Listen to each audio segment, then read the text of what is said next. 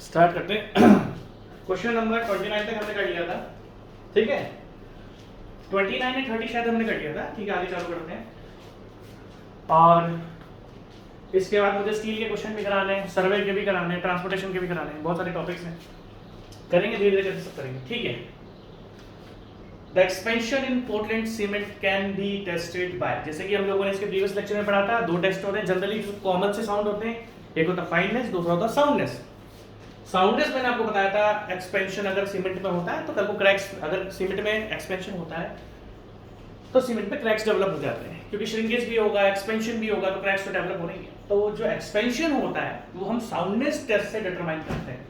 The expansion in Portland cement can be tested by, expansion है ना, soundness test. Expansion हम किससे determine करते हैं? साउंडनेस टेस्ट से, ठीक है। नेक्स्ट क्वेश्चन करते हैं, इस क्वेश्चन था the specific surface of good Portland cement. अब मैंने इस क्वेश्चन में आपको पहले भी बताया, मैंने आपको इस क्वेश्चन में पहले भी बताया, क्या बताया मैंने आपसे कि अगर surface area, specific surface area की बात होती है, स्पेसिफिक सरफेस एरिया की बात होती है तो आपको हमेशा यूनिट पर ध्यान रखना है। आपको हमेशा यूनिट पर ध्यान देना है, क्यों? क्योंकि कभी कभार वो mm स्क्वायर में क्वेश्चन भी मैंने लेके रखा हुआ है। इस फाइल में ऐसा भी क्वेश्चन है जिसमें यहाँ पर mm स्क्वायर पर ग्राम है, तो mm स्क्वायर में आपको सेंटीमीटर को मीटर्स में कन्वर्ट करना पड़ेगा। हाँ, अगर सेंटीमीटर स्क्वायर है तो 2250 स्पेसिफिक सरफेस एरिया क्या होता है, जो कि फाइननेस को शो करता है। स्पेसिफिक सरफेस एरिया क्या होता है, जो कि फाइननेस को शो करता है। फाइननेस स्ट्रेंथ को रिप्रेजेंट करती है, फाइननेस हाइड्रेशन को रिप्रेजेंट करती है। जितना ज्यादा फाइन होगा उतनी ही ज्यादा स्ट्रेंथ होगी, जितना ज्यादा फाइन होगा उतनी ही ज्यादा हीट ऑफ हाइड्रेशन होगी। तो स्पेसिफिक सरफेस एरिया को ध्यान रखना कि जो ओपीसी का होता है, हम 2250 एक लिमिट है कि इतना तो हमारा होना ही चाहिए, 2250 तक, ठीक है। The expansion in Portland cement, अच्छा यार ये क्वेश्चन तो हमने कर लिया था यार, ये हमने कर लिया था ना, या नहीं करा था? क्वेश्चन नंबर 32, एक सेकंड में चलिए कोई वेट करते हैं हम लोग, मैंने लिख के रखा हुआ है क्वेश्चन नंबर, ये हमने कर लिया था, हम 32 तक एक्चुअली आ चुके थे, है ना, 32 तक हम लोग आ चुके थे, ठीक है। मैंने अभी ध्यान, ठीक है, ये तो मैं कर रहा। क्वेश्चन नंबर 32 देखो, ध्यान से देखना। The compressive strength of a good Portland cement and standard sand motor after 3 days. देखो, जैसे कि मैं आपको जब व्हाइट सीमेंट पढ़ा रहा था तो व्हाइट सीमेंट में मैंने आपको बताया था, व्हाइट सीमेंट को हमने ओपीसी से कंपेयर करा था, ठीक है, ऑर्डिनरी पोर्टलैंड सीमेंट से हमने कंपेयर करा था, ठीक है। अगर मैं आपसे बात डिस्कस करूं 3 डेज, ठीक है, इसने हमने ओपीसी की, देखो व्हाइट सीमेंट को छोड़ दो, व्हाइट को सीमेंट का क्वेश्चन नहीं है। अगर हम बात करते हैं किसकी, हम बात कर रहे हैं आपकी मिनिमम, हम व्हाइट सीमेंट को तो इग्नोर कर दो आप, क्योंकि व्हाइट सीमेंट से ही टाइम मैंने आपको टॉपिक पढ़ाया था। हम बात करते हैं किसकी, ओपीसी।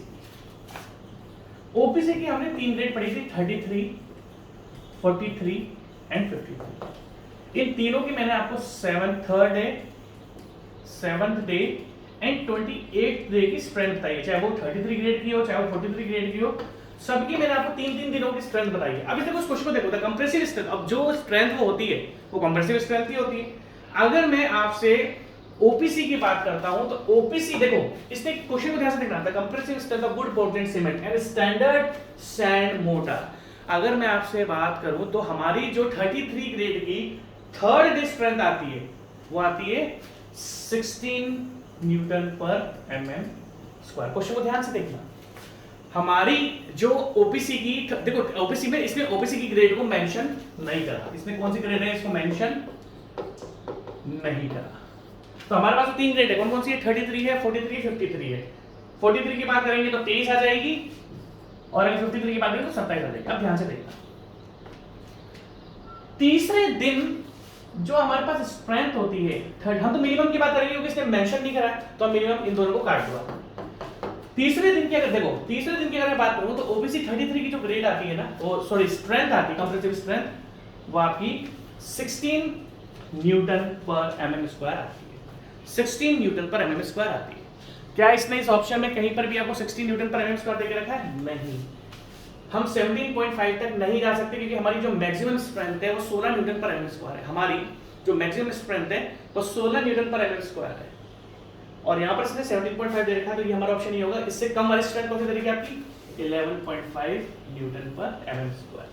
ये मेगा न्यूटन और इसमें लिखा है, तो हमने हमारी स्ट्रेंथ न्यूटन पर एमएम स्क्वायर को एमएम पर एमएम मीटर स्क्वायर कन्वर्ट करोगे तो सेम ही आएगी। दैट मींस आपको ध्यान रखना इस क्वेश्चन को।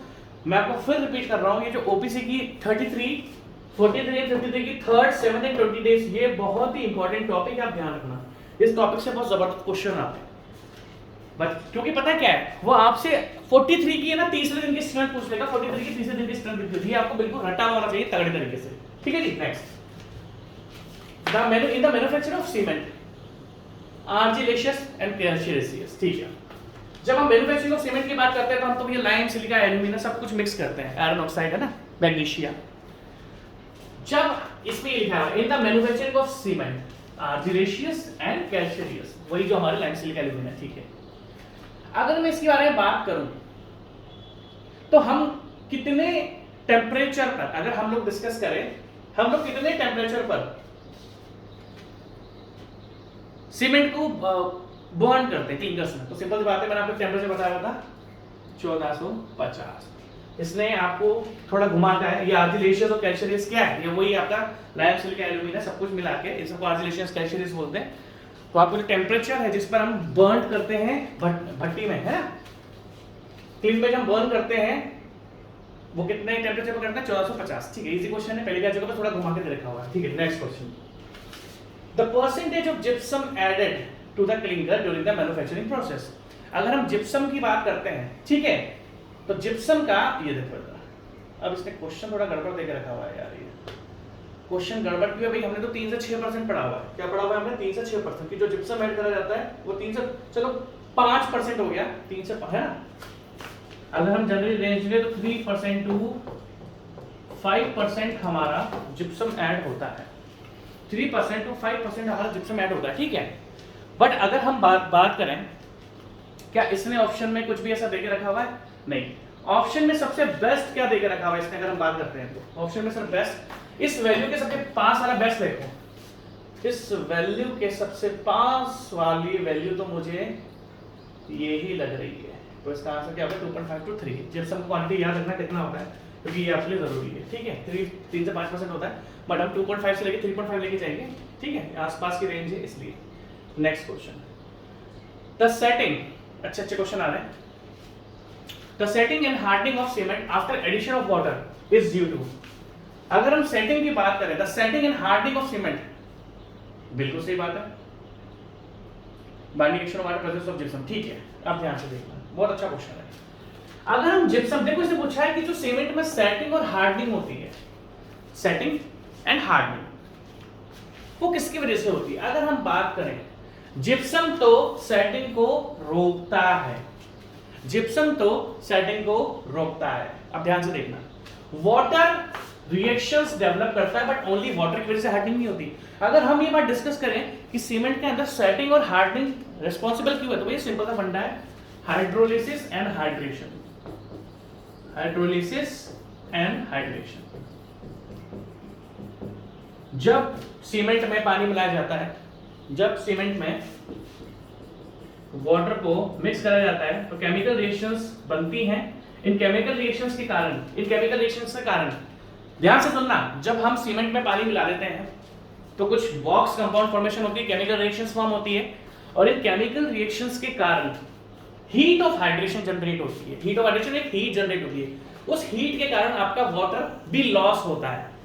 तभी तो सीमेंट के अंदर हम क्योरिंग करते हैं। हम क्यों कंक्रीट स्ट्रक्चर्स में क्योरिंग करते हैं? क्योंकि जब रिएक्शन डेवलप हो जाती है फॉर द स्ट्रेंथ, लाइक अगर बॉक्स कंपाउंड की बात हो, ध्यान से देखना, आपने सीमेंट में वाटर ऐड कर दिया, C3A बन गया, C3S बन गया, C2S बन गया। तो अगर हम जनरली पहले दिन की बात करें तो C3 तो जनरली सेट करने में काम में आता है। अगर हम बात करते हैं कि जो पहले दिन फटाफट जो सीमेंट या कंक्रीट आपका सेट होता है तो जनरली उसका C3A का, और अगर बात करें स्ट्रेंथ की तो इन दोनों का रूल होता है, किसका? C3S का, C2S का, इन दोनों का रूल होता है। अब अगर हम आगे की बात डिस्कस करें,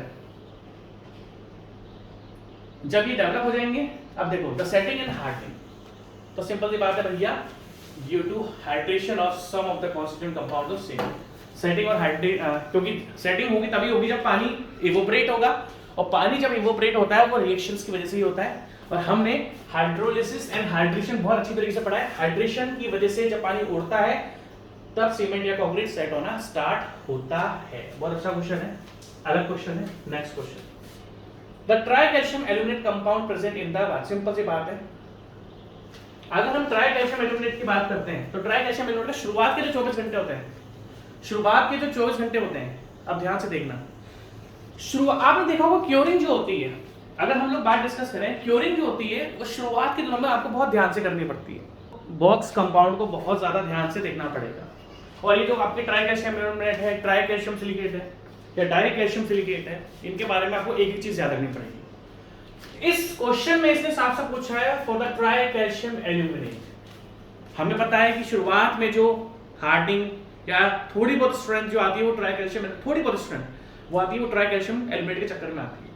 तो इसमें क्वेश्चन देखो, the try calcium aluminate provide weak resistance against sulphate attack. बिल्कुल सही बात है। जैसा कि मैंने आपको बहुत बार बोला है कि सल्फेट से हमें अपने सीमेंट से, सल्फेट से हमें अपने सीमेंट या कंक्रीट को बचाना पड़ेगा। अगर हम C3S या C2S की बात करें तो थोड़ा बहुत ये सल्फेट अटैक से फिर भी बचा लेते हैं, ये थोड़ा बहुत सल्फेट अटैक से बचा लेते हैं, बट C3 है आपका सल्फेट अटैक में बिल्कुल वीक होता है।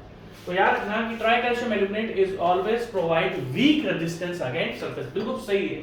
C3S से C2 थोड़ा बहुत बचा लेते हैं, बट C3A बिल्कुल भी बचा नहीं पाता सल्फेट्स के चक्कर में। Is responsible for highest heat of hydration. बिल्कुल सही बात है। सबसे ज्यादा हीट ऑफ हाइड्रेशन जो देखो, सबसे ज्यादा जो हीट देखो C3A में सबसे ज्यादा निकलती है हीट ऑफ हाइड्रेशन, फिर C3S में आते थोड़ी कम हो जाती है, और C2S में तो बिल्कुल खत्म ही हो जाती है। तो हीट ऑफ हाइड्रेशन, और इन हमें जनरली इन शुरुआत के, देखो मैंने आपसे क्या बोला, जो हीट ऑफ हाइड्रेशन निकलती है वो C3 और C3S में। देखो जी क्या होता है, इसका आपने 1 दिन पकड़ लिया, इसका आपने 7 से 10 दिन पकड़ लिया। C2 में बहुत लेस हीट होती है, ना के बराबर। तो दैट मींस जब हम क्योरिंग करते हैं, क्योरिंग क्या होता है, जब हम पानी प्रोवाइड करते हैं या पानी से छिड़काव करते हैं सीमेंट या कंक्रीट स्ट्रक्चर्स पर, तो हमें इन दोनों के समय में क्योरिंग करनी पड़ती है। जब हम देखते हैं हमने 14 दिन क्योरिंग करी, क्यों 14 डेज क्योरिंग करते हैं, क्योंकि उस दौरान मेनली ये दोनों एक्टिव होते हैं। ये पहले शुरुआत में होता है, उसके बाद ये होता है जो कि हाईएस्ट हीट ऑफ हाइड्रेशन देता है, जिस कारण आपके क्रैक्स पड़ सकते हैं, श्रिंकेज हो सकता है। इसको बचाने के लिए हम पानी की क्योरिंग करते हैं। जब C2S का रोल आता है तो हमें क्योरिंग की जरूरत नहीं पड़ती, हम क्योरिंग को रोक देते हैं। ठीक है, थर्ड ऑप्शन देखते हैं, characteristically fast reacting with water. बिल्कुल सही बात है। ट्राई कैल्शियम एल्यूमिनेट सबसे पहले वाटर से रिएक्ट करता है। बिल्कुल सही बात है। ट्राई कैल्शियम एल्यूमिनेट आपका सबसे पहले वाटर से रिएक्ट करता है, तो इसका सही आंसर है ऑल ऑफ द अबव। बिल्कुल सही, चारों ऑप्शन सही लेकर रखे हुए हैं। Next question, the contribution compound of cement in decreasing. और देखो मैंने आपसे क्या बोला, पहले इस क्वेश्चन को समझने की कोशिश करते हैं। The contribution compounds of cement in decreasing order of rate of hydration. जैसे कि मैंने आपको बताया, डिक्रीजिंग का मतलब क्या होता है, बड़े से छोटा, इंक्रीजिंग का मतलब छोटे से बड़ा। हमें सबसे बड़ा जो हाइड्रेशन होता है, अगर हम बात करें C3A की, इसमें हीट ऑफ हाइड्रेशन सबसे ज्यादा होती है विद रेस्पेक्टिव टू C3S, और C3S की rate of hydration, heat of hydration बड़ी होती है C2S से। सबसे ज्यादा जो हीट ऑफ हाइड्रेशन होती है वो शुरुआत के 24 घंटे में होती है, इसलिए हमें क्योरिंग का बहुत ज्यादा ध्यान रखना पड़ता है। तो अगर हम बात करें शुरुआत के दिनों में हमारा C3A, उसके बाद C3S, that means maximum heat of hydration C3A में, फिर उससे कम, क्योंकि डिक्रीजिंग है तो बड़े से छोटे में जाना है, फिर उससे कम है C3S और फिर C2S। तो ये सीक्वेंस आपको देखना है। देखो ये गलत है, इसमें C3S पहले देके नहीं रखा हुआ है, तो ये गलत ऑप्शन है। मतलब C3A पहले चाहिए हमको सबसे पहले, क्योंकि डिक्रीजिंग है, इंक्रीजिंग है, डिक्रीजिंग है, हमें उसको सबसे पहले लगाना है जिसमें सबसे ज्यादा हीट ऑफ हाइड्रेशन है। ये रहा। अगर आप ऑप्शन C को देख सकते हो, अगर आप ऑप्शन C को देख सकते हो तो सबसे पहले C3A जिसमें सबसे ज्यादा हीट ऑफ हाइड्रेशन होती है, फिर C3S है, फिर C2S है। That means option C is correct answer. ठीक है, next question, when water is added to cement. देखो इस क्वेश्चन में थोड़ा गड़बड़ है, क्योंकि इसके दो आंसर्स होते हैं। इस क्वेश्चन की अगर मैं बात करूं आपसे तो इसके दो आंसर्स होते हैं, बट फाइनली जब एग्जामिनर आपको क्वेश्चन देगा तो इसका एक ही आंसर निकल कर आएगा, क्योंकि इसने कहीं पर भी ऑल ऑफ द अबव या ए और बी, दो ऑप्शंस का अबव नहीं बोला, मतलब बोथ नहीं बोला। When water is added to cement दो चीजें होती हैं। सबसे पहली बात रिएक्शंस डेवलप होती है, और रिएक्शन डेवलप के बाद हीट जनरेट होती है। भाई जब हम सीमेंट में पानी कर लेते हैं तो हाइड्रोलिसिस एंड हाइड्रेशन होता है। हाइड्रोलिसिस का मतलब है रिएक्शंस, और हाइड्रेशन का मतलब है, अगर हम बात करें तो रिएक्शंस की बात करते हैं, ये तो हो गया आपका हाइड्रोलिसिस, हाइड्रोलिसिस। और जब हीट जनरेट होती है तो हम बोलते हैं हाइड्रेशन। जो हीट जनरेशन होती है तो हम बोलते हैं हाइड्रेशन। अब इस क्वेश्चन में होता क्या है, दोनों चीजें देकर रखी हुई है भाई। जब when water is added to cement hydrolysis भी होता है मतलब रिएक्शन, एंड हीट जनरेशन भी होती है मतलब हाइड्रेशन। तो अगर आप ए ऑप्शन देखोगे केमिकल रिएक्शन स्टार्ट, जिसको हम हाइड्रोलिसिस बोलते हैं, और अगर हम हाइड्रेशन की बात करें हीट इज जनरेटेड। इसके दो ऑप्शंस होते हैं यार, इसके दोनों ऑप्शन सही होते हैं, और पता नहीं क्यों एग्जामिनर या जो बुक्स होती हैं वो इसको करेक्ट मानती है। मेरे अकॉर्डिंग तो दोनों ऑप्शंस ठीक है। और A1 अगर मैं सबसे पहले बात करूं तो मेरा तो chemical reaction that means hydrolysis he start होता है। अगर हम बात करें सबसे पहले तो मेरा तो सबसे पहले हाइड्रोलिसिस ही स्टार्ट होता है। तो मेरे अकॉर्डिंग इसका आंसर ए है। बट अगर मैं देखूं प्रीवियस एग्जामिनेशन में क्वेश्चन आया हुआ है, या फिर आपका बुक्स जो है बड़ी बड़ी जो बुक्स है IES की, उसमें इसका आंसर सी देकर रखा है, बट मेरा अकॉर्डिंग इसका आंसर ए है, क्योंकि मैं आपको बुक से कंफ्यूज नहीं करना चाहता। ठीक है जी, next question, initial setting time. ओहो बहुत अच्छा क्वेश्चन है, बहुत ही ज्यादा अच्छा क्वेश्चन है। देखो ध्यान से देखो, हमने बहुत सारे सीमेंट पढ़े हैं। कौन कौन से सीमेंट पढ़े हमने? सर हमने OPC पढ़ा है। मैंने आपने किनके देखो, मैंने आपको थ्योरी में सारे पढ़ा के रखे हुए हैं।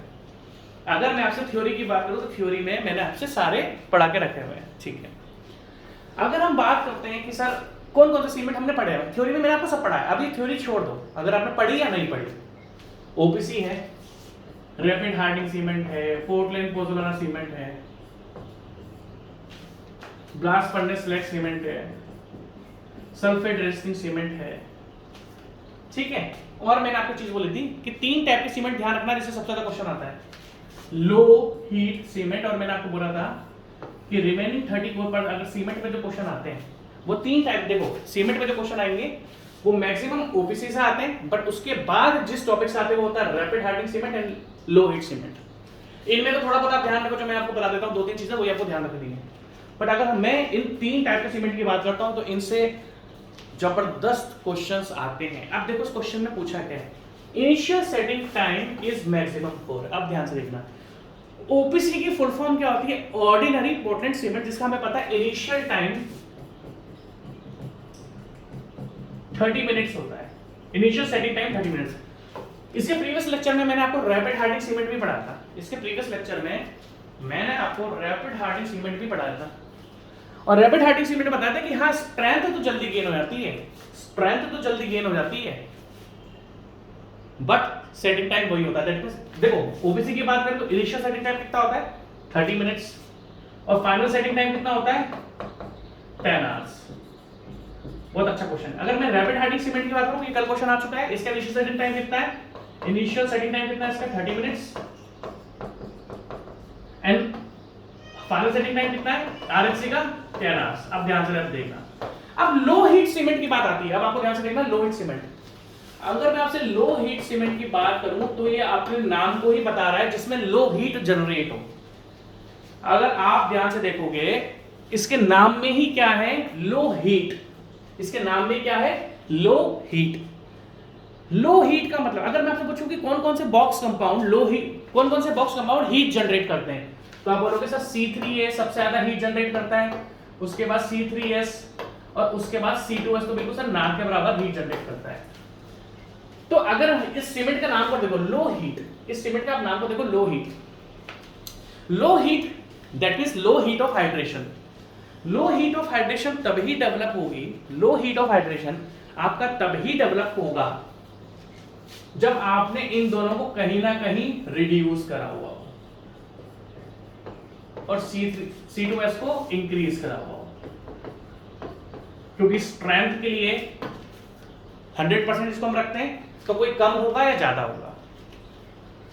ऑर्डिनरी पोर्टलैंड सीमेंट की बात करें तो उसमें C3S अच्छा खासा होता है, अगर हम ऑर्डिनरी पोर्टलैंड सीमेंट की बात करें तो उसमें C3S अच्छा खासा होता है, ठीक है, 30% से 50% होता है, 30% से 50% होता है C3। सबसे ज्यादा कौन सा डेवलप होता है, सबसे ज्यादा कौन सा बॉक्स कंपाउंड डेवलप होता है ऑर्डिनरी पोर्टलैंड में, C3S 30% से 50%, सबसे ज्यादा मैक्सिमम ही डेवलप होता है। अब अगर मुझे किसी सीमेंट में कम हीट ऑफ हाइड्रेशन चाहिए तो ऑब्वियसली मुझे C3 और C3S को घटाना पड़ेगा और C2S को बढ़ाना पड़ेगा, ठीक है। अगर C2S की बात करें ऑर्डिनरी पोटेंशियल में 20% से 45% होता क्या है, ध्यान से देखना है। अगर मैं C3S की बात करूं तो 30 से 50 और ये 20 से 45 C2S। आपने याद कर लिया होगा, मैंने आपको सब लिखा है। अगर initial setting time is maximum for तभी पॉसिबल है जब इन दोनों को रिड्यूस कर दिया जाए, क्योंकि अगर ये रिड्यूस करोगे तभी इनिशियल सेटिंग टाइम मैक्सिमम होगा। That means low heat cement एक ऐसा सीमेंट है जिसका इनिशियल सेटिंग टाइम 60 मिनट्स होता है। बढ़ गया ना टाइम, क्यों बढ़ गया, क्योंकि C3S में कम होता है। तो that means in low heat cement we increase the amount of C2S and we decrease the amount of C3A and C3S। तो दैट मींस याद रखना कि जो देखो OPCS का initial setting time 30 minute, final setting time 10 घंटा। Rapid hardening cement का initial setting time 30 minute और फाइनल सेटिंग टाइम 10 घंटा। बट जो लो हीट सीमेंट होता है इसमें दोनों कम होते हैं, जिस कारण सीमेंट अच्छे से सेट जल्दी नहीं हो पाता। सेट होने में उसको 1 घंटा लगता है क्योंकि C3 कम होता है और C2S सबसे ज्यादा होता है, तो याद रखना। और हाँ, इसका अगर फाइनल सेटिंग टाइम की अगर मैं बात करूं तो वो 10 आवर्स ही होता है, 10 घंटे। दैट मींस इन तीनों में मैंने आपसे बोला था इन तीनों को आपको बार बार घूम घूम के क्वेश्चन आएंगे, अब जो क्वेश्चंस मैं करा रहा हूं यही आपको एग्जाम में मिलेंगे, तो इन चीजों का आप ध्यान रखना, ठीक है। दिखाता हूं, लेकिन मैं पानी पिलाता हूं, देख लो आप।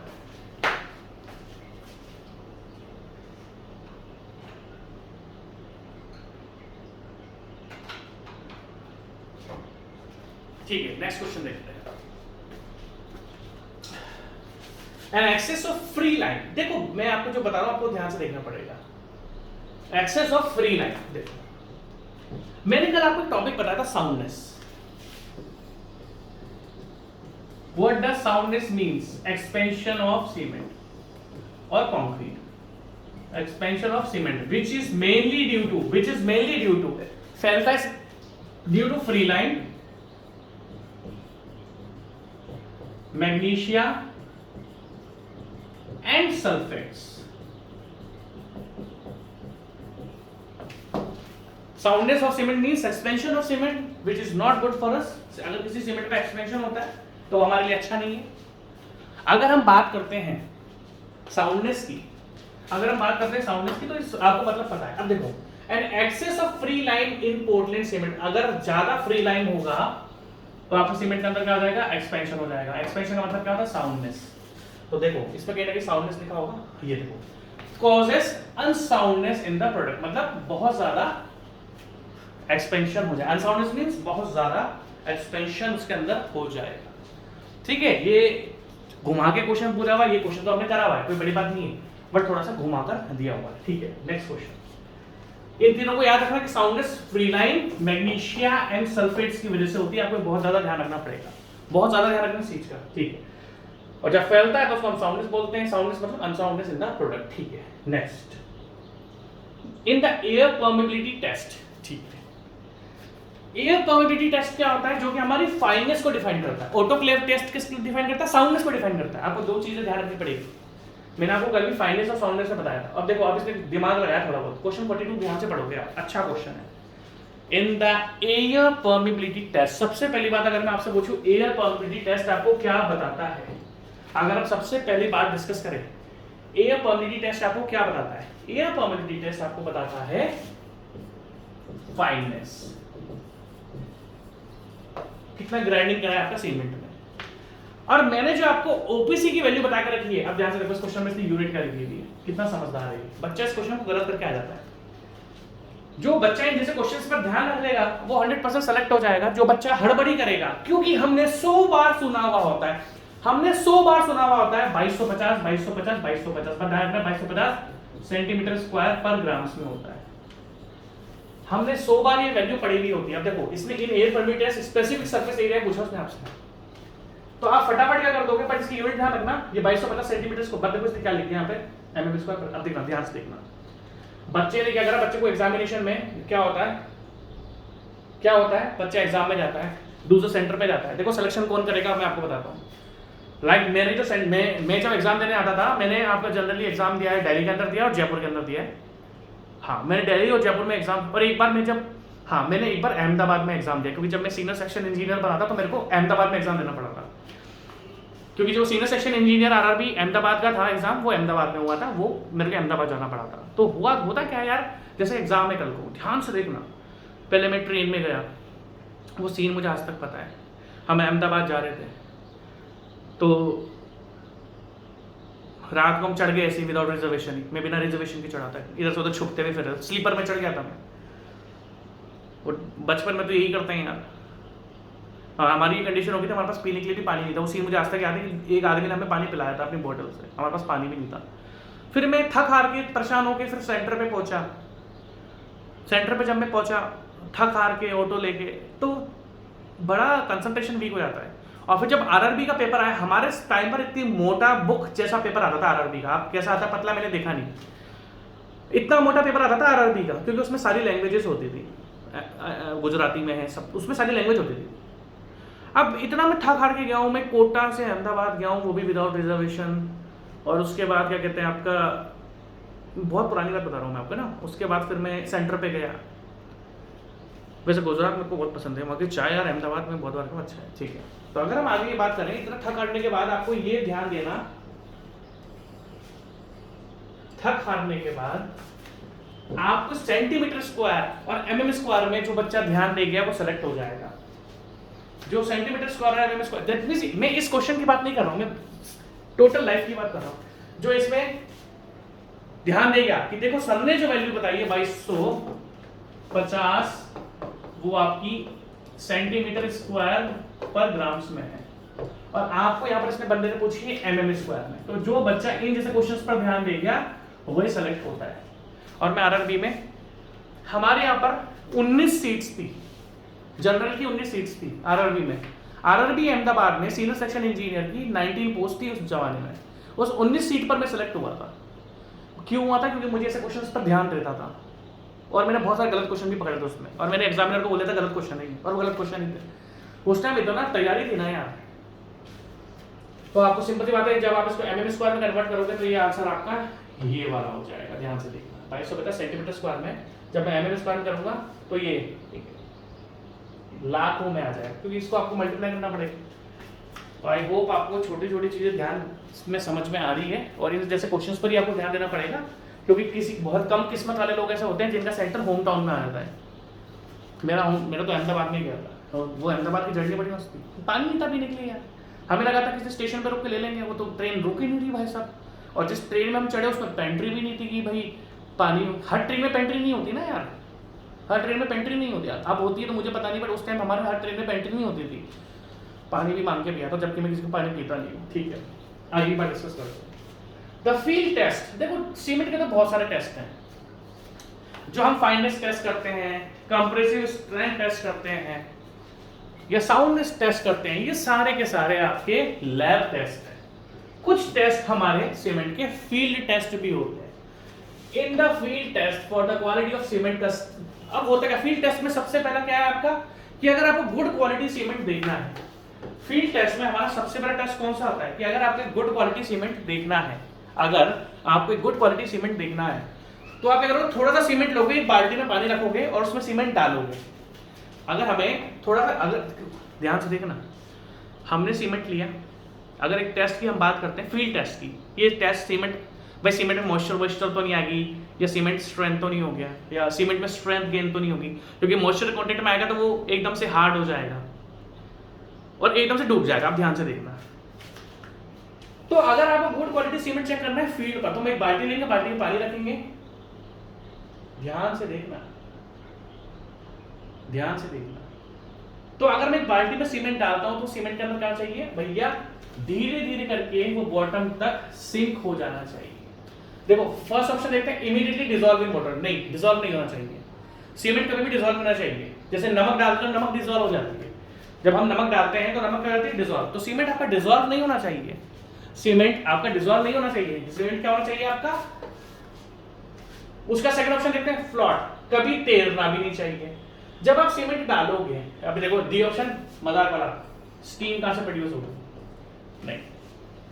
जब हम सीमेंट डालते हैं बाल्टी के अंदर तो सीमेंट धीरे धीरे करके नीचे तक आपका सिंक हो जाना चाहिए। देखो सिंक टू द मतलब डूब जाना चाहिए, ना ऊपर तैरना चाहिए ना डिसॉल्व होना चाहिए, वो नीचे एकदम से बिल्कुल नीचे सेटल होना चाहिए। तो इसका आंसर क्या है, sink to the bottom of bucket. That means that shows you have good quality of cement at site. We'll test it, ठीक है। Question 44, a sample of cement is said to be sound. अब ध्यान से देखना, sound का मतलब अच्छा, unsound का मतलब बेकार। साउंड का मतलब अच्छा, अनसाउंड का मतलब उसमें एक्सपेंशन है। साउंड का मतलब अच्छा और अनसाउंड का मतलब उसमें एक्सपेंशन है। ठीक है भाई, ध्यान से देखना क्वेश्चन।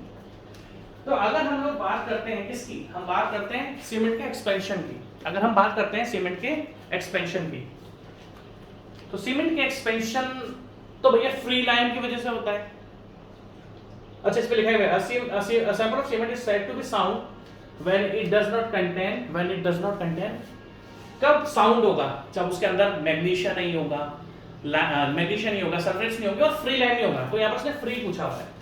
तो आंसर क्या है, अगर आपको चाहिए कि आपका सीमेंट साउंड हो, साउंड मींस बढ़िया, अनसाउंड ना हो, तो उसके अंदर फ्री लाइन नहीं होनी चाहिए। अब देखो यार दोस्तों, मुझे आज थोड़ा क्या निकलना है, थोड़ा काम है आज, और मैं कोशिश करूंगा मैं आपको शाम को लेक्चर पूरा दूं, है ना। तो अभी आज मैं इस जगह स्टॉप कर रहा हूँ, क्योंकि आप पढ़ रहे होंगे तो मैंने सोचा आपको 10-15 क्वेश्चन करा देता हूँ, पर अभी मैंने टाइम देखा तो यार वो थोड़ा मेरे को जाना है। तो मैं आपको शाम को मिलता हूँ और इस लेक्चर को ढंग से और हम लंबा करके चलेंगे। Take care, bye bye.